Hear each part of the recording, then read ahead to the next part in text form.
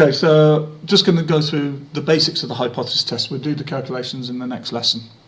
But we've got to do the setup, what it means, and I want you to get the understanding of what the hypothesis is. And the situation we're looking at is we have a series of coins, they've been thrown 50 times, and we've got a nice head and tail, 25-25. Our hypothesis is that this is a fair dice or fair coin. So the way that gets written down is that's called the null hypothesis. And the null hypothesis has a special indication. You write a hypothesis 0, and that's the default situation. So the null hypothesis is H0? Yeah, H0 tells us this is the null hypothesis, and what we say in there is what's a population parameter? The probability. Yeah, in this case, we'll be talking about the probabilities. What situation are we talking about? What's the distribution for my coin toss? What sort of distribution do you expect it to follow? Uniform. Random. Uniform. A choice of two things, 50 trials done. Discrete. Is discrete. You expect the chances of getting one head out of 50 is just the same as two heads out of 50 from continuous and uniform. It's binomial. It's a binomial distribution. It's got a fixed probability. They are independent coin tosses. So the null hypothesis here is to say my probability is equal to 0.5. This is a population parameter we use here. It's unlikely to ever use the other population parameter for binomial. What's the other population parameter for binomial? Amount, like number of trials. Yeah, number of trials. It's unlikely to use that simply because you're changing the situations each time you do it, and that sort of really should be changing, therefore, the binomial properties. What parameter would you do it for if it was a Poisson distribution? 0.8 or So what symbol would go in there? Yeah, we'd be doing lambda, the mean rate. They don't actually do it in here. Normal distribution is interesting though. What population parameters could you vary for normal distributions? Mean or the standard deviation. Population parameters, the hypothesis should be in terms of 1. Okay, so you make a hypothesis based upon. If we were to think about filling cans of Coke, that's a normal distribution problem. That's how when I taught you it before. Yeah. If I was to change the mean, what's that saying about how I'm trying to fill up my can of Coke?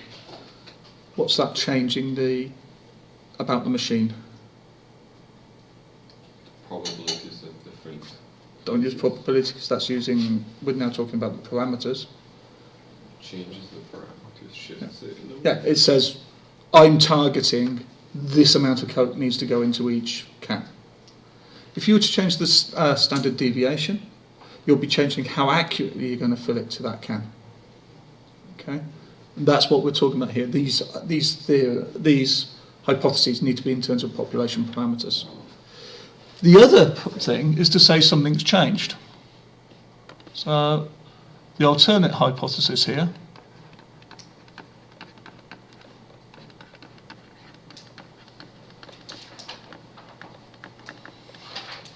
and we've got H0. What do you think the alternate hypothesis is going to be called? H1. Yeah, H1. Is that because you've looked forward in the book? No. No? Yeah, it's just logical. It's just a different case. We only, at this level, ever deal with the hypothesis and the alternate hypothesis. I don't think even statisticians try doing anything more complicated. Now, if I'm saying it's changed, what am I going to say has happened to P? If I say it changes. Yeah, not equal. Yeah, we're going to say it's not equal to. So the H0, H1 is saying the chances of it changing. Now that makes a slight difference because what we do is we test our hypotheses to a significance level. So we test the hypothesis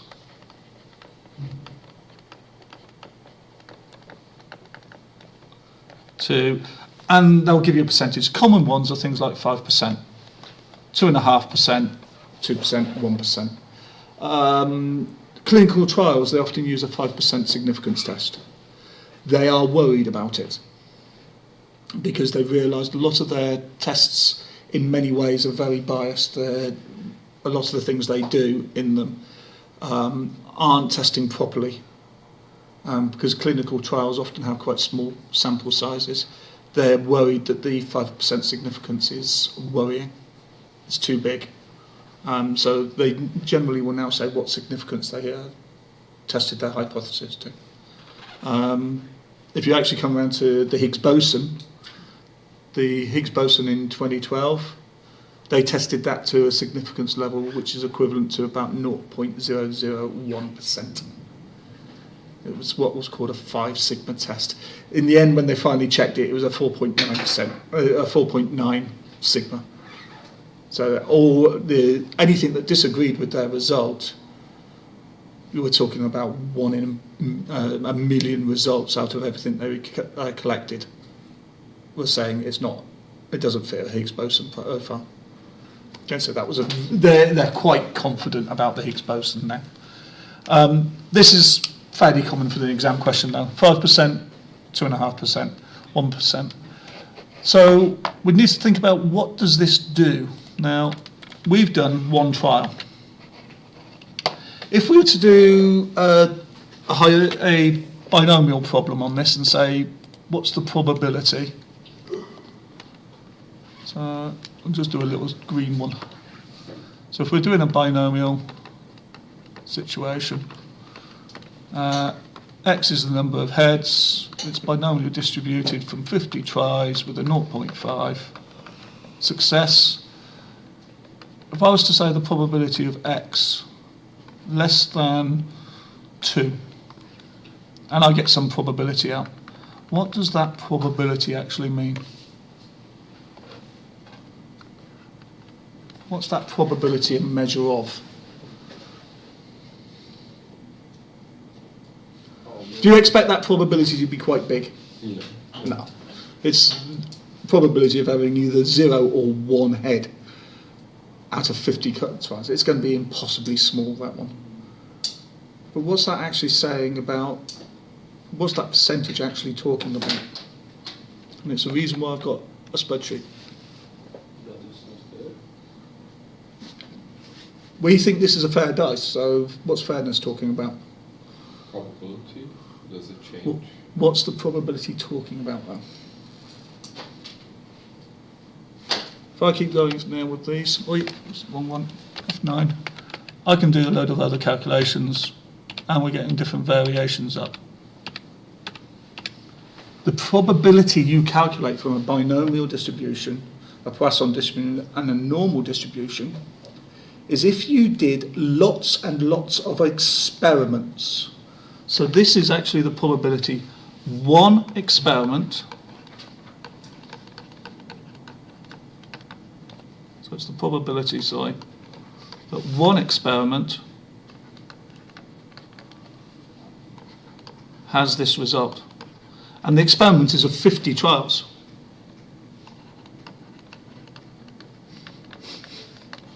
Okay? So this is saying if I do 50 throws of a dice, if you work that out, that's incredibly small.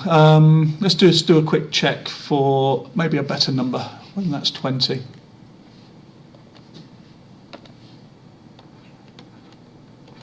Use your binomial tables, quickly tell me what is the probability of having less than 20 with a normal distribution. Less than or equal to 20. Sorry? Binomial table, right? Yeah, it's a binomial distribution because it's a coin toss. Two possible outcomes. 0.0595. 0.09. 0.0595. We said I changed it to less than or equal to 20. Yeah. Less than or equal to 0.1013. 0.13. So that says about 10% of experiments will have less than 20 heads in it. Yeah? So we have a quick look. So, look at the number of heads. No.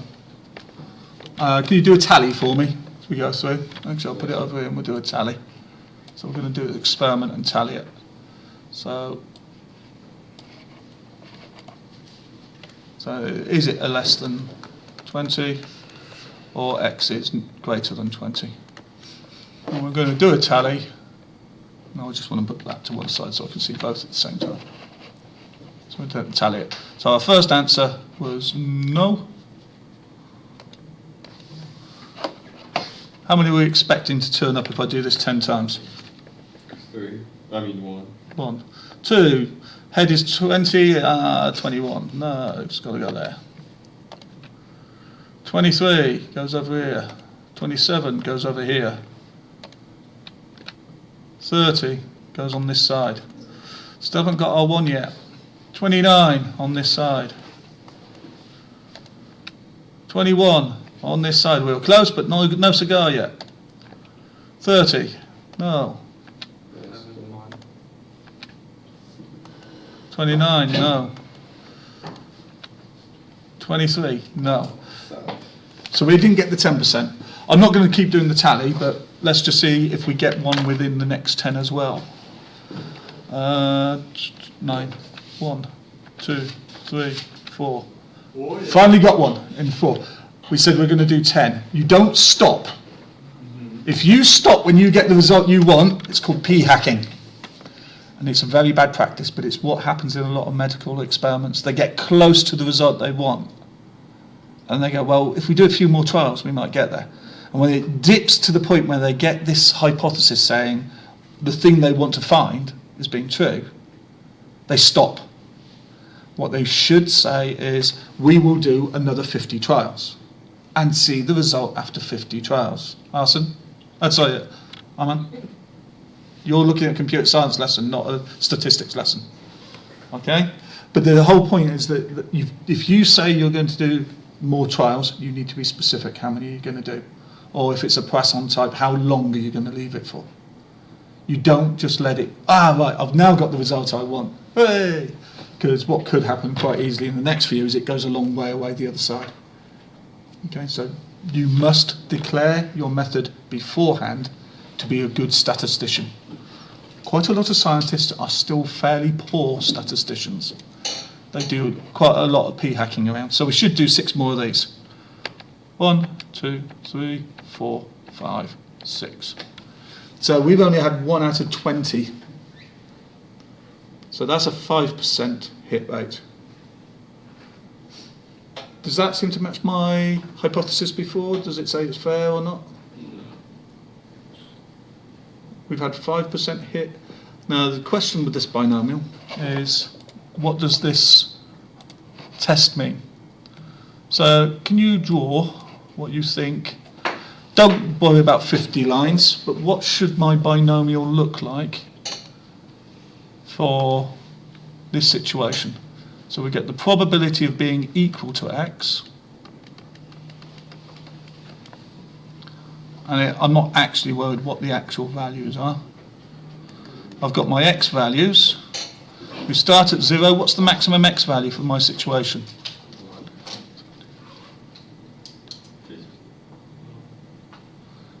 Should be 50.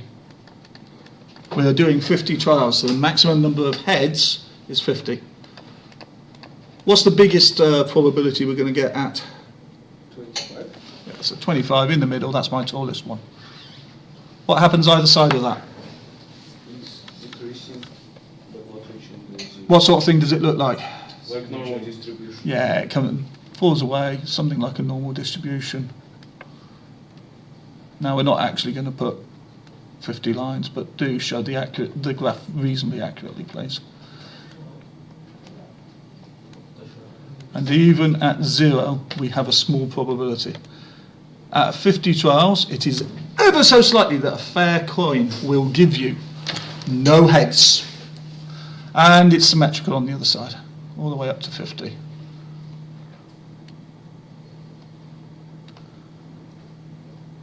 So what the hypothesis test says is if our statement is true, we will be somewhere in that central region. So the null hypothesis is true somewhere in the centre.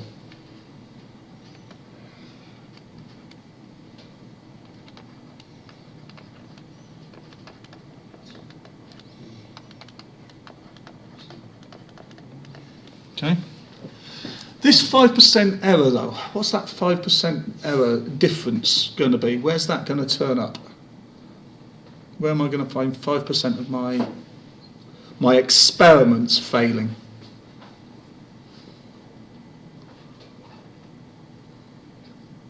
Are they all going to be at the top, bottom, in the middle, split? We're saying test to the hypothesis to the sorry, I forgot to put significance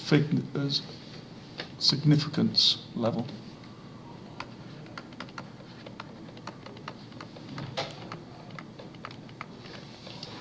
That 5%, that is the probability of particular tests being outside of this 5% rule. We're looking at the top and bottom bits, so they are a little bit from each end. This is where we turn around and say, now, strangely enough, different exam boards use a slightly different definition. I think Edexcel say this is the critical region. The critical region is where you say, my null hypothesis, you don't say it is wrong. Statisticians do not make clear statements. They use woolly words. And what we actually say is, if our data winds up in the critical region, we have sufficient evidence to reject the null hypothesis. So if we're in the critical region, we can say, so if our probability works out as being in that critical region, we can say the probability is, the probability of it being in there, we can reject the null hypothesis. That means what we were testing might be true. So this is the normal situation, this is our test. Now the last part is that significance. We're saying 5% of tests should fail.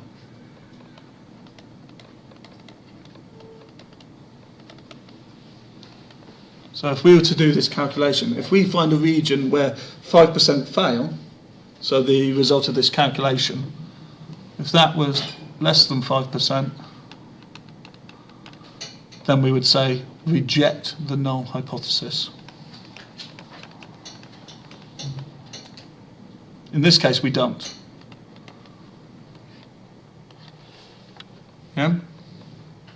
At this level, we would not reject the null hypothesis.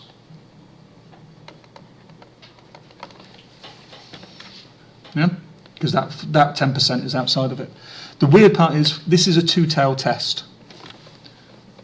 What we're looking for is 2.5% on the bottom side, 2.5% on the top side. The total number of rejects under the normal circumstances should be 5% or less, the total number. So if you do an experiment now where you sample your data, remember this is all sampled, this spreadsheet. So anything we calculate here is a statistic, not a parameter.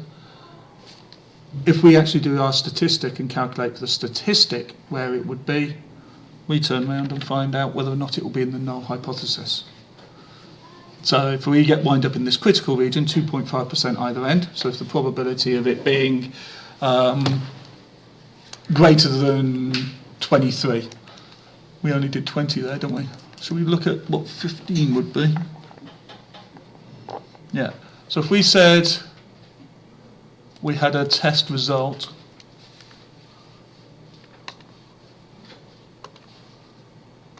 our case, so we've done a fair dice, a fair coin, and we're going to test whether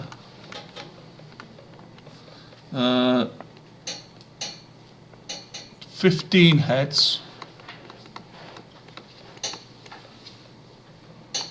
would appear on a fair dice. So we say we got 15 heads, we think we have an unfair dice.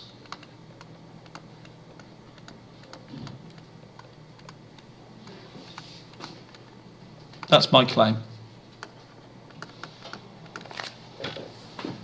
Yeah? Let's try and solve this one to a, so we're going to test it to a 5%, to a 5% significance.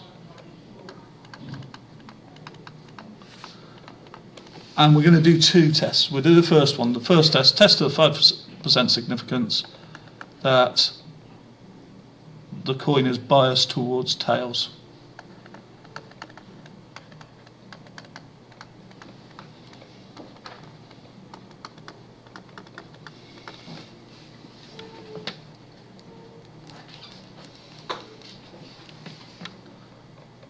So this time, notice, we're only testing one direction. So the whole 5% needs to be going to that situation.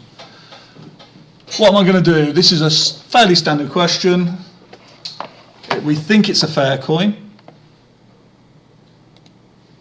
So set up the problem. This first part is a binomial question. What do I need to do? Do the binomial probability. Okay, so we're going to say we've got to do a binomial probability test. What variable am I going to use for my distribution? H. I wouldn't use H, 1. not as a distribution. Don't use H as a distribution because that's now hypotheses. K. Yeah, it can do K or... Oh, you meant that. Yeah, so we got K for the coin toss. We're going to do 50 trials. Probability is 0.5. K is the number of, what are you saying, heads or tails? Heads.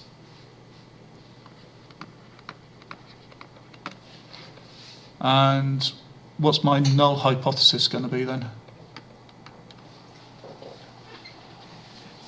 I'll turn this up, please. 15 heads less than or equal to. What was the null hypothesis written in terms of P, the probability? Zero. It's got to be a parameter. Oh, yes, sorry. Yeah. That, yeah. Yeah, the null hypothesis must be written in terms of parameters. H1, we're saying it's tails, so are we expecting the number of heads to be bigger or smaller? Equal.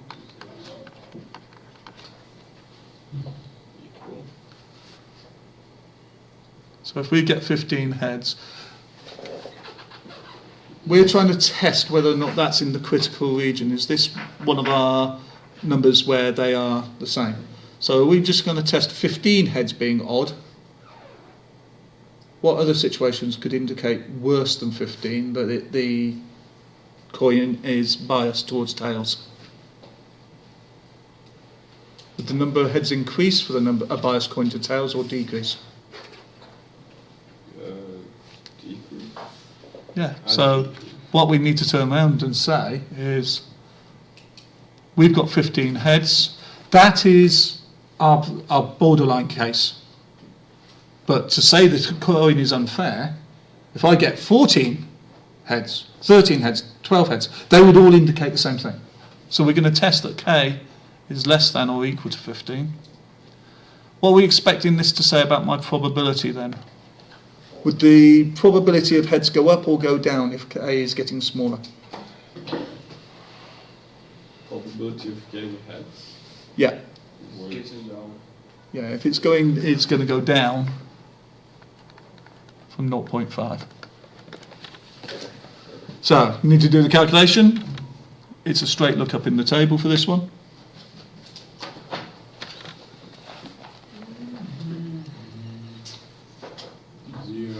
Zero.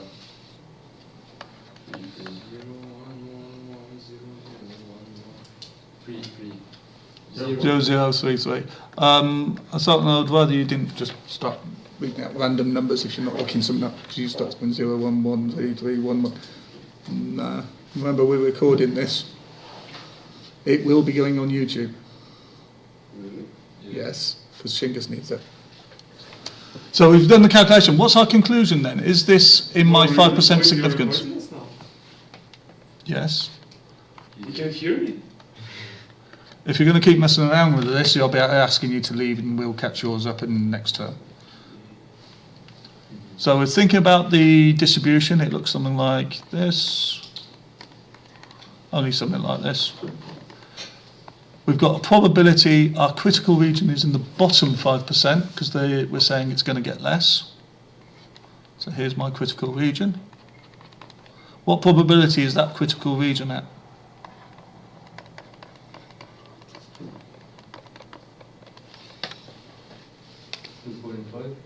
It's not 2.5 this time because we're saying is it biased towards tails? Not is it biased? Is it biased towards tails? If it's biased towards tails, all of this is 5%. So is the probability of this case, is it in the critical region? Yes. Yeah, k equals 15 is in the critical region.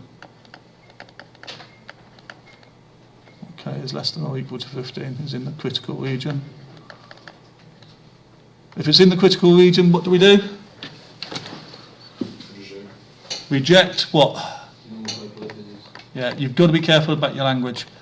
All of these lines are B1 marks.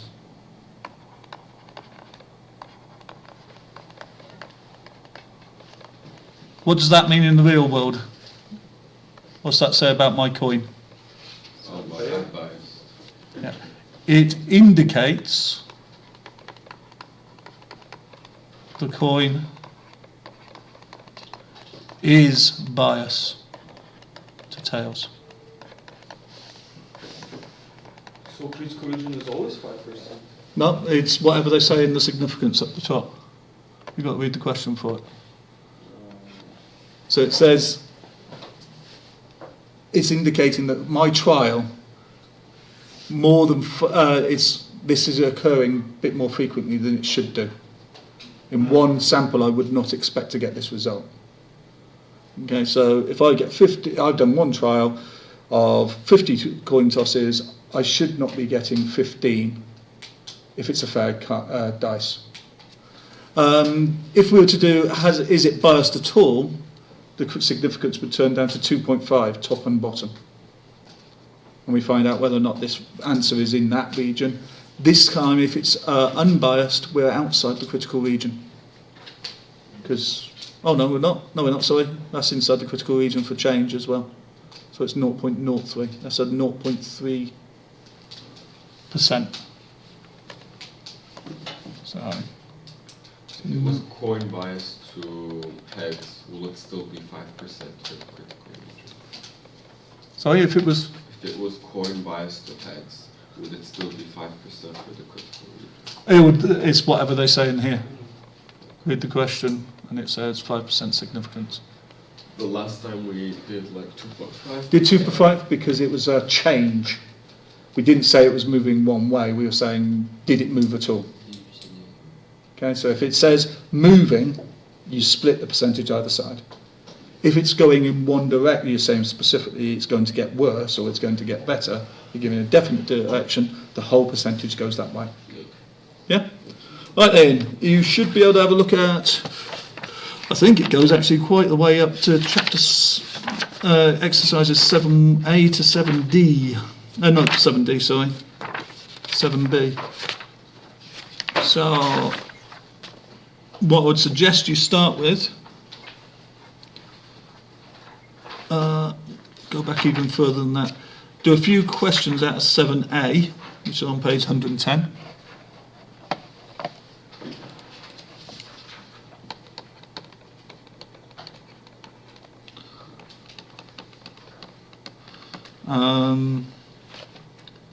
Do the definition ones, check you know the definitions. And then the first couple of questions in there, they're just saying how would you set up the hypothesis. Then you can do the basic binomials. Next lesson we'll carry on with the binomials, going the top side, splitting, doing other things. But you can have a look at the exercise 7B on page 114. Exercise 7B. and test those. Be careful about what happens with if it says it goes greater. If you're doing less than or equal to, you're now looking for the probability being greater than 1 minus that p-value. Yep. So that's question 1 actually. And I think I can do F11. Oh.